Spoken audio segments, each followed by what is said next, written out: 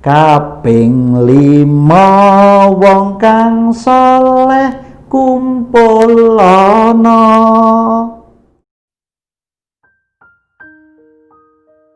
Assalamualaikum warahmatullahi wabarakatuh.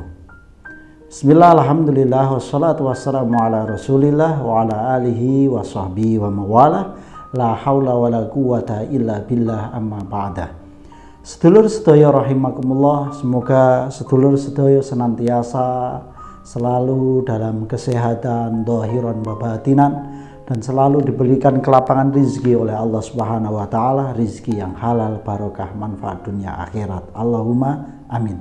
Dan semoga channel ini benar-benar bisa memberikan manfaat kepada sedulur sedaya, dan jangan lupa subscribe, like, komen, dan share supaya manfaatnya bisa dirasakan oleh banyak orang. Allahumma amin. Sedulur sedaya rahimakumullah, mari kita lanjutkan pengajian kita pada kali ini. Pada video kali ini kita lanjutkan masih pada kitab Arba'in Nawawi, pada hadis yang ke-6 bagian kedua. Mari sebelumnya kita bacakan dulu isi dari bagian kedua dari hadis yang ke-6 dari kitab Arba'in Nawawi.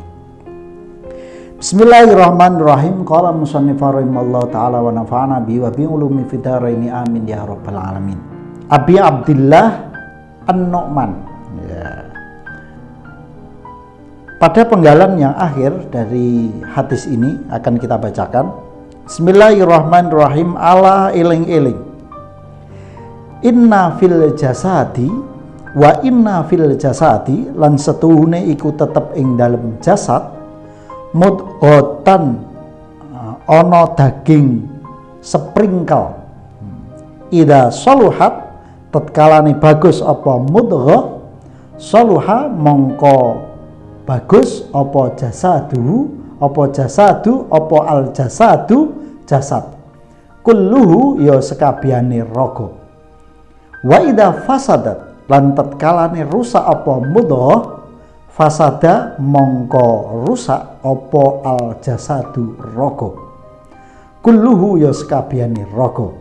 Illa ala eling-eling wahia utawi mudghah iku al qalbu ati. Rawahu Bukhari Muslim. Sedulur sedaya rahimakumullah. Nah, pada penggalan hadis yang belakang ini disampaikan bahwa Rasulullah Muhammad SAW punika mengingatkan kepada kita. Ada pengingat yang sangat luar biasa, bahwasanya di dalam tubuh kita, di dalam jasad kita ada segumpal darah. Di situ yang dinamakan adalah hati, di mana ketika mudghah itu baik, maka seluruh badan kita akan baik. Tapi ketika mudghah itu jelek, maka seluruh badan kita akan jelek. Nah, sedulur sedaya rahimakumullah, kalau dilihat dari sisi medis, ya, dilihat dari sisi medis, fungsi hati juga sangat luar biasa. Bagaimana fungsi hati juga ikut memobilisasi darah kita dan lain sebagainya. Itu kalau kita lihat dari sisi medis. Nah, mungkin sedulur sedaya jauh lebih paham, khususnya yang bergerak kehidupannya bergerak dalam dunia medis akan paham betul tentang fungsi hati untuk kesehatan badan.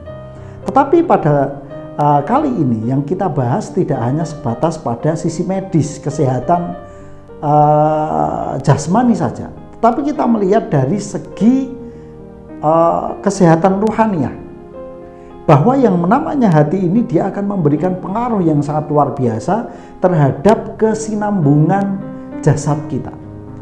Karena begini, memang kalau kita hitung-hitung secara medis, kalau kita mengomongkan ini dari sisi rohani, memang mungkin kalau dihitung-hitung secara medis tidak ada gadoknya.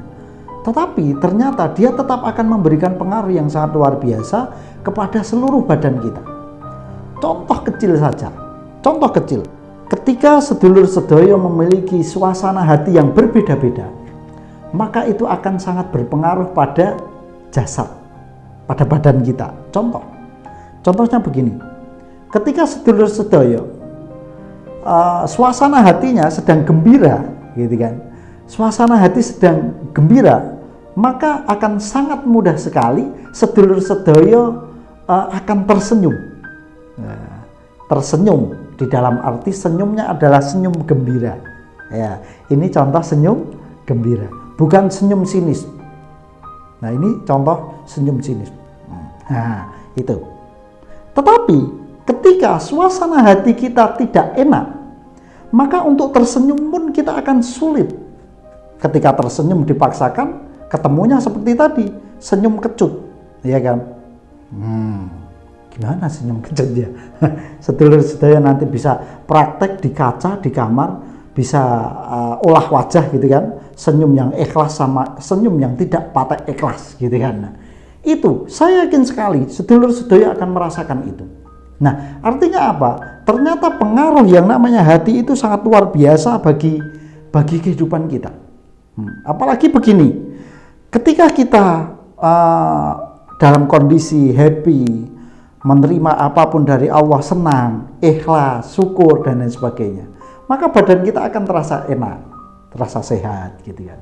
Tetapi di satu sisi ketika kita hatinya banyak gersulo dan lain sebagainya, maka biasanya awak ya rada longkrah gitu kan, badan juga nggak enak. Ternyata di situ suasana hati kita itu sangat mempengaruhi sekali terhadap perilaku jasmani kita. Terhadap perilaku jasmani kita.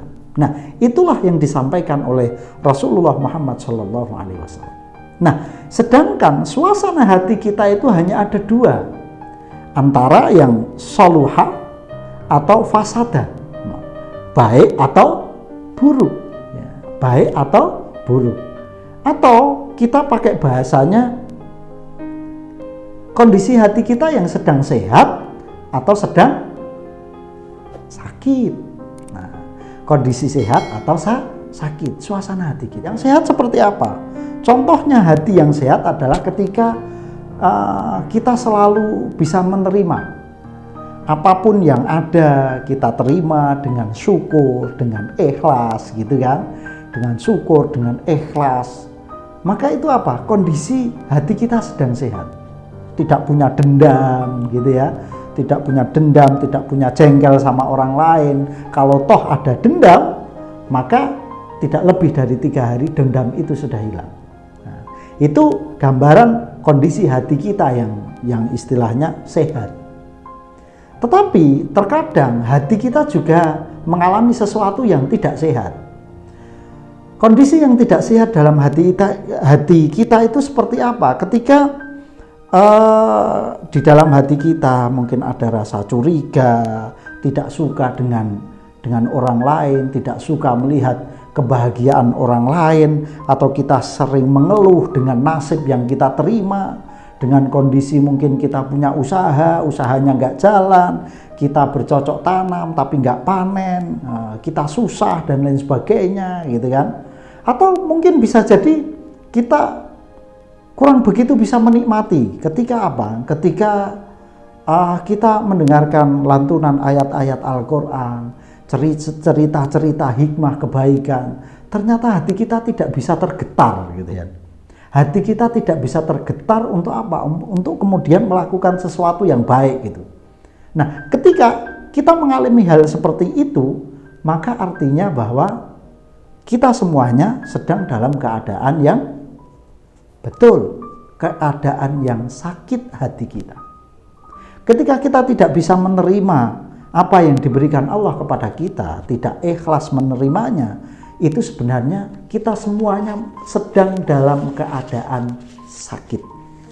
Nah, oleh karena itu penting bagi kita nanti kita bisa evaluasi diri, ya, sedulur sedoyo, ya saya, ya kita semuanya bisa berhitung, ya Allah, kita muhasabah, hati kita sedang bagaimana situasinya. Kita bisa berhitung, ini hati saya dengan perasaan yang macam-macam seperti ini, kira-kira hati kita sedang dalam kondisi sehat atau dalam kondisi sakit. Saya yakin sedulur sedaya bisa merasakan. Nah, ketika kita sedang dalam keadaan sakit, hati kita dalam keadaan sakit, maka apa yang harus kita lakukan? Tombo ati iku limo ing wernane, ingkang dihin maca Quran lan maknane, kaping pindho kudu weteng ingkang luwe, kaping telu zikir wengi ingkang suwe,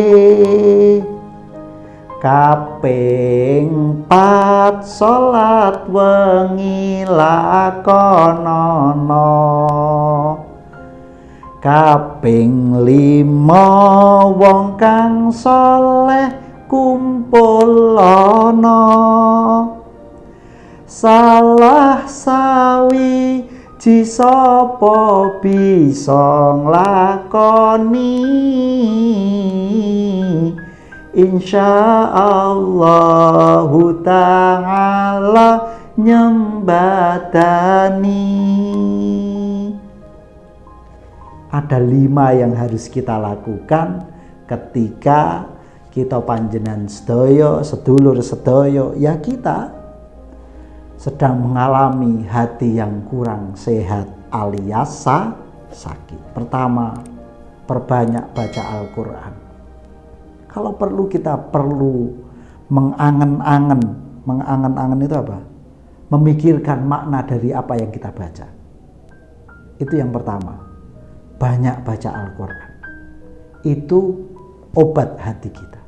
Yang kedua, weteng luwe, perut yang lapar. Artinya apa? Kita perlu sering-sering berpuasa. Karena dengan puasa, maka itu akan menjadi penyembuh penyakit hati kita panjenengan sedaya. Yang ketiga, sholat zikir malam. Atau kita harus sering-sering membaca zikir, selalu ingat kepada Allah Subhanahu wa ta'ala. Sesulit apapun, sesusah apapun permasalahan kita harus selalu ingat kepada Allah. Itu obat hati. Yang keempat apa? Yang keempat adalah kita harus sering sholat malam. Maksudnya ini adalah qiyamul lail. Ya, kita bersujud kepada Allah dalam keheningan malam, gitu kan? Itu akan sangat membantu kita untuk menyembuhkan penyakit hati kita. Yang kelima apa? Wong kang soleh kumpulono.